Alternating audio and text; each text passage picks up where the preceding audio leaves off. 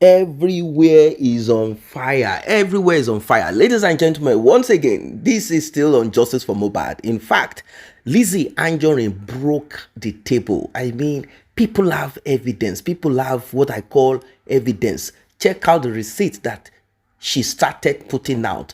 In fact, the demise of Mobad has opened cans of worms. If you see, if you hear, you'll be shocked. Like, this is serious. You all know that Mobad's father appeared on several television stations, 2 national television stations precisely, apart from Punch newspaper. And we all saw the way these 2 television stations, they address Mobad's father, as if they are fighting the man. And I'm like, where is the empathy? This man lost his son. He should be shown empathy. If questions are going to be asked, show empathy. But these people were vicious. They were like, they were like wolves. They were trying to attack the man. And I'm like, wait, what kind of world is this? Why are human beings this wicked? Like, show some empathy to this man. What has this man done? Is it the one that took the life of his son? So, seeking for justice, asking for justice, demanding for justice is now a crime.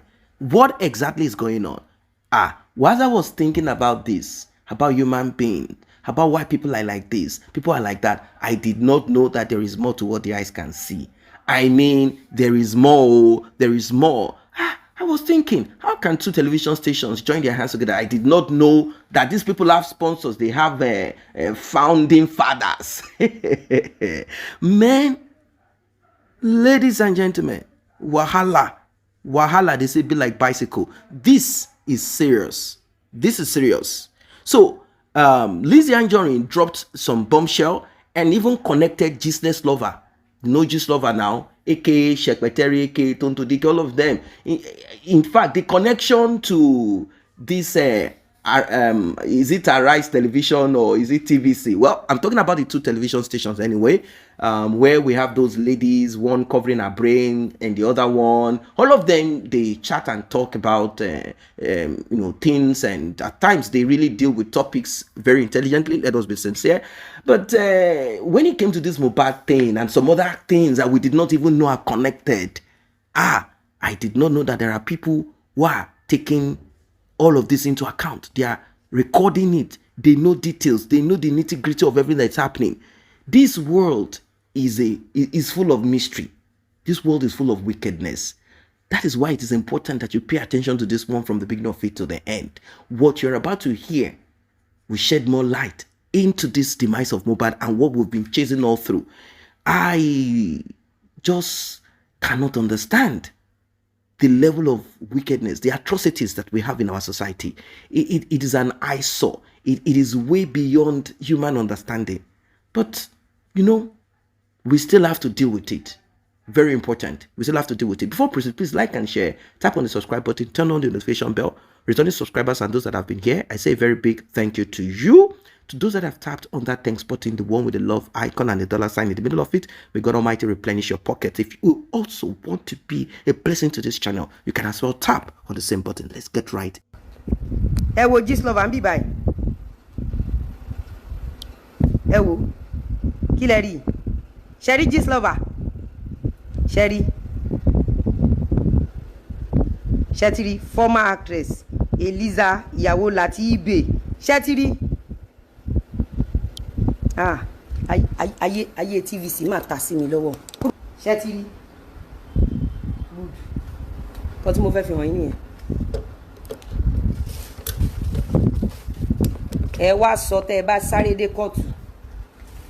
Tẹ́ ẹ bá sáré dé kóòtù àbí station. Ẹ wá sọ connection yín pẹ̀lú Gisles Lover. Ó ti yé yín. Ẹ continue láti bà mandate APC jẹ́, ẹ free. Ṣé APC ló fi yín síbẹ̀, ẹ bá tí wọ́n jẹ́ bó ṣe wọ̀n. Now, mo ń bọ̀. Ẹ bá tí wọ́n jẹ́. Àwọn náà fi yín sípò tó bá wọn ìkẹ́ṣe fún wọn. Ibo ni mo wà lẹ́ẹ̀kan. Now, ìyá ẹ̀ dà títí. Ìyá tó bí ẹ lọ́mọ dà. Orí burúkú tí ìyá ẹ̀ ṣe títí tó fi ṣe oríire nìyẹn. Ìyá tó bí ẹ lọ́mọ. Ìwọ ọmọ 1985. Àwa gbà pé máa hùwà former actress yẹn fún ẹ. Ṣé o mọ̀ pé ìyá lọ́jà ni mí sìn? O rí pé ìgbà tí mo wá sí TVC, mo comport dáadáa bí actress. Màá show fún ẹ pé former ni mí, but I'm not a failure like you. Mi ò ṣe failure bí Gisles Lover. Mi ṣe failure bí ìwọ. Mi ṣe failure bí ìyá ẹ. mi ò ṣe failure bí TVC APC ló fi yín sípò ẹ̀dẹ̀ ń ṣiṣẹ́ against APC ló ń san salary yín ẹ̀dẹ̀ ń ba yé APC jẹ́. You are a failure. You can never make it. Ìwọ Títí àwọn tán jọ gbé yín lọ lóyìnbó lọ́mọdún mẹ́wàá tán gbé ẹ lọ lọ́yà wà ó yàtọ̀ sí dọ̀káàsì apààyàn. Ìwọ lórí burúkú ọmọ ìwọ ọmọ èpè ìwọ ọmọ òṣì ìwọ tó jẹ́ pọ́n kọ́kọ́ bà títí ẹ jẹ́ fake life yìí ni láti bẹ̀rẹ̀ ayé ẹ Títí olórí burúkú ọmọ olóbò HIV alleged wàá gbádùn mi lọ́la wo ṣó yín ló dùn jù ń bí ṣó bàbá Mohbad mo kọ́kọ́ ń gbé bọ̀ tí màá wá analyse ṣó bàbá Mohbad what is your connection with Gistlover? What is your connection with Gistlover? TVC, we need to expose you. Ìwọ Títí ọdún mẹ́wàá náà ti gbé ẹ lọ ìyé ẹ jòforòfo ogúnlẹ̀ sóbùtì òfò ni ìyé ò jẹ́ èèyàn àwa gan tán tán nílé uncompleted building apadà mókè kàkà kí wọ mókè orí burúkú ló mú Títí òun la fi hàn gbogbo èèyàn ìmọ̀ ń gbọ́ mo ń gbádùn ẹ 50. Has she? Well, that's what they're saying online. I video online of a lot of the situations. Mo dẹ̀ pé by the time tí bá máa finish ẹ pẹ̀lú lórí burúkú ọkùnrin tó gbé ẹ sílẹ̀ o gbọ́dọ̀ mú àwọn fídíò online tó ti rí ẹ wàá mú dé court àti station tí ọwọ́ bá dùn ẹ tán tí ọwọ́ dùn ìyá ẹ tí ọwọ́ dùn yín ní TVC wàá gbé gbogbo fídíò yẹn wá wọ́n wá ní kó lọ provide Gistlover tó o bá mọ̀rọ̀ tí Gistlover ti dá mi ara ẹ̀yin tá a lè rí ojú yín ta ara yín láti máa yọ kò dẹ̀ sí bó ṣe fẹ́ protect yín tó ẹ lè protect ó tọrọ from the society. We all know the truth. Àwọn APC tó sípò lánú mi ṣe wọ́n torí ẹ kórí burúkú tí yín ẹ fẹ́ kó bá wọn báyìí. Bẹ́ẹ̀ni ẹ máa gbọ́. And apparently there was gold found on her. But the thing is, who's to say if it is the gold she tried to purchase that was on her? Who's to say whether she, took the gold without allegations? Ṣé ti gbọ́? Only the stolen gold was found on her. Who is to say if it is gold she bought? TVC ò dé yọ kámẹ́rà kan lọ sí Èkó Òdùmàtà láti lọ fi hàn wá ibi tí wọ́n ti ń ta gold. Ṣé mọ̀ pé bí ṣe máa ń sọ̀rọ̀ mi rè torí tí bá máa bẹ̀rẹ̀ mo rẹ́rìn lẹ̀ ó mọ àbí ọmọ ẹ̀yàn ọmọ ọjọ́ Ọlọ́run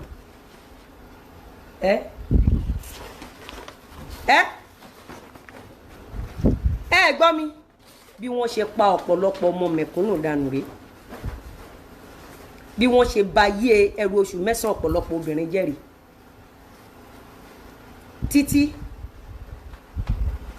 èèyàn mo rẹ́pọ̀nyọ̀ òrókó súfè wàá jẹ ṣégé inú ìyá ẹ já máa gbọ́ lọ. Against Lizzy AJORIN, a former Nollywood actress.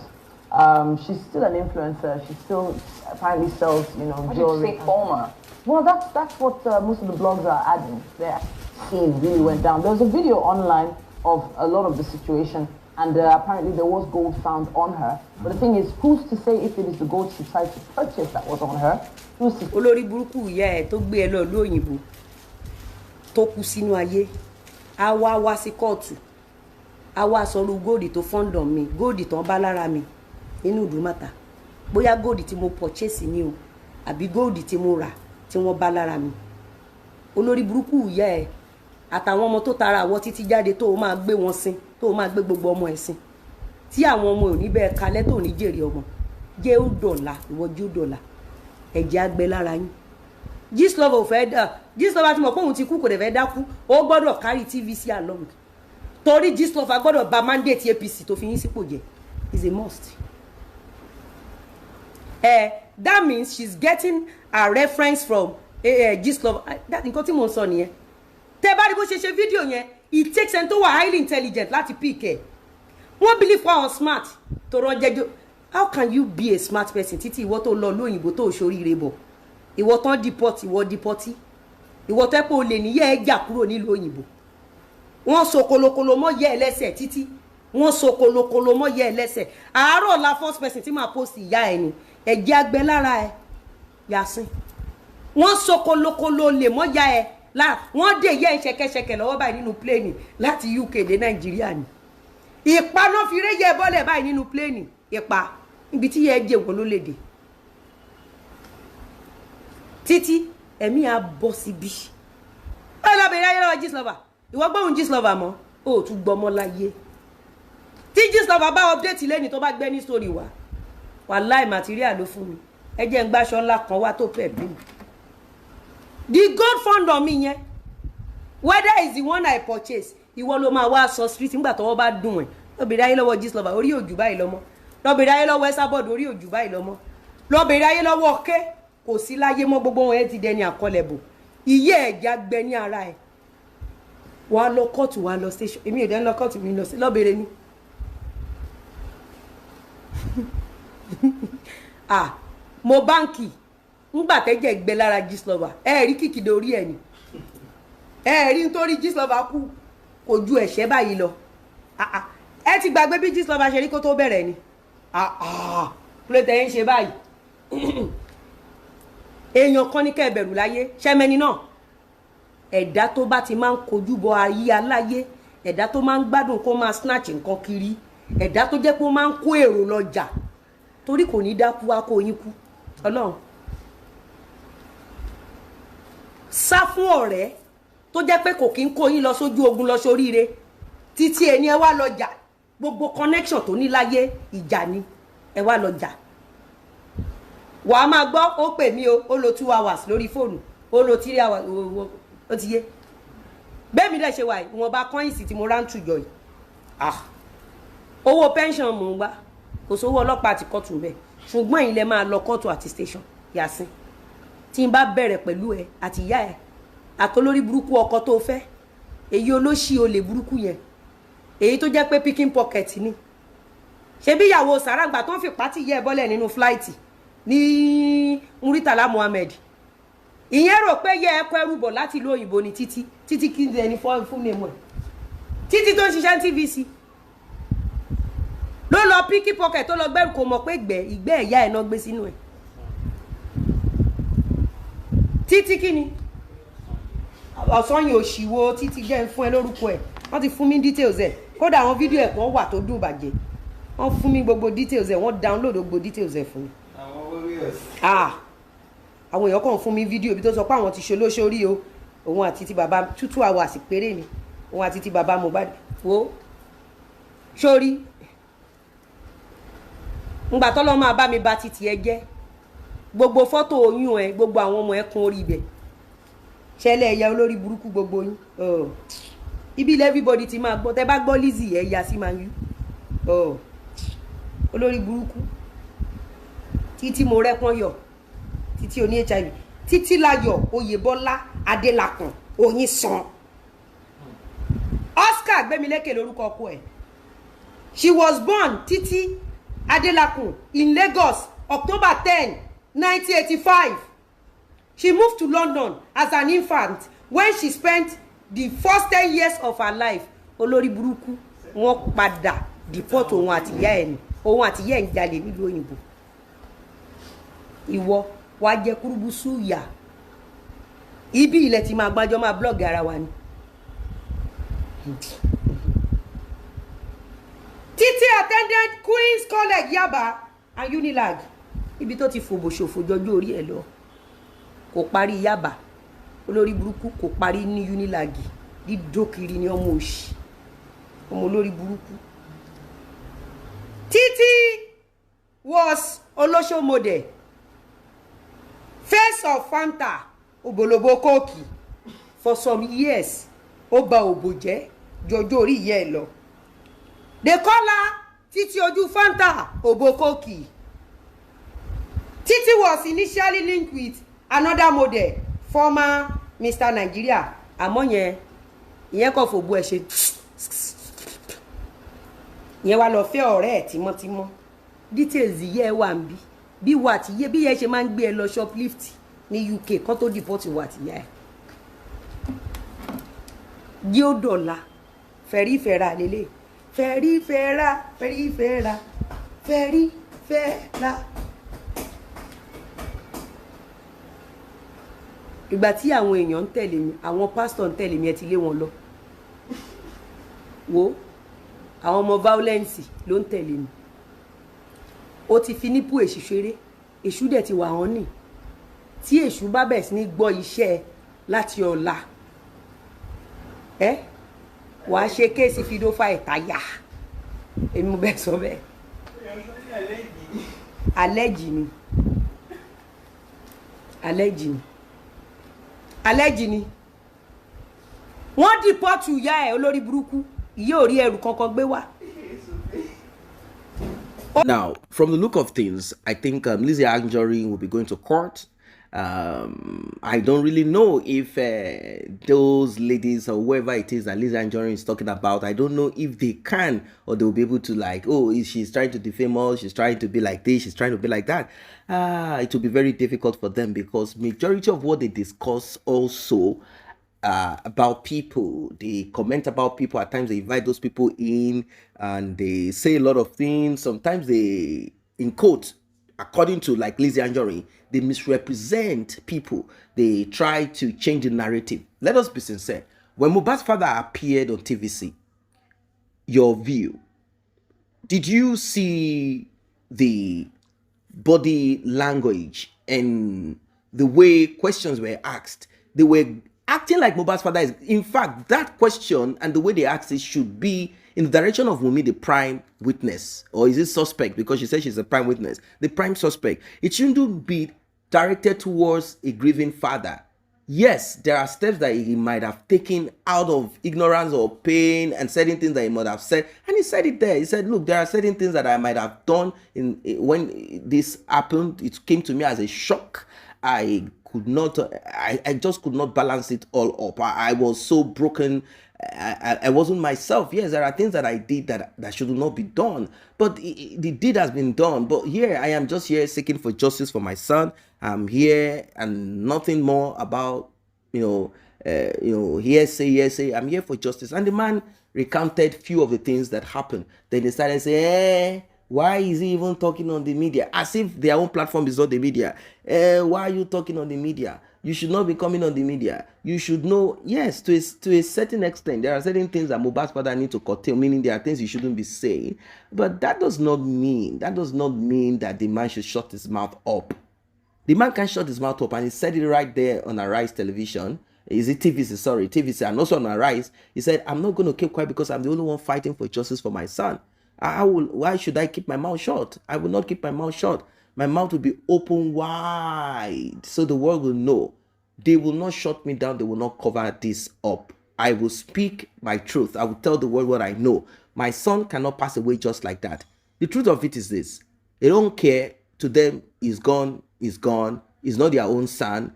Toxicology autopsy report shows that Mobad passed away. Somehow mysteriously the nurse administered this and that. We'll meet this and that. Now, about the DNA, they started trying to make the DNA thing appear as if DNA is not something that is important. They said, are you trying to get DNA because of property? Mobad's father, I don't know. Maybe this man needs to get more courage. Although I'm saying that he's becoming more courageous. Say, yes. Is it your son's property? You say, it's not. I say, hey, so what are you people talking? If you want to quarrel, Mobad's father, quarrel. Tell them, is it your son's property? If it's my son's property, it's my own son's property. It's not someone's son that I did not adopt him. It's not your son. It's my own son's property. I should not fight for my son. I've been fighting for him, both physically and spiritually. But unfortunately, it was stolen from me, robbed from me. This is a boy that I know about his journey in life. But unfortunately, they messed it all up. And you are asking me if it is for I must do due diligence to the last point of it.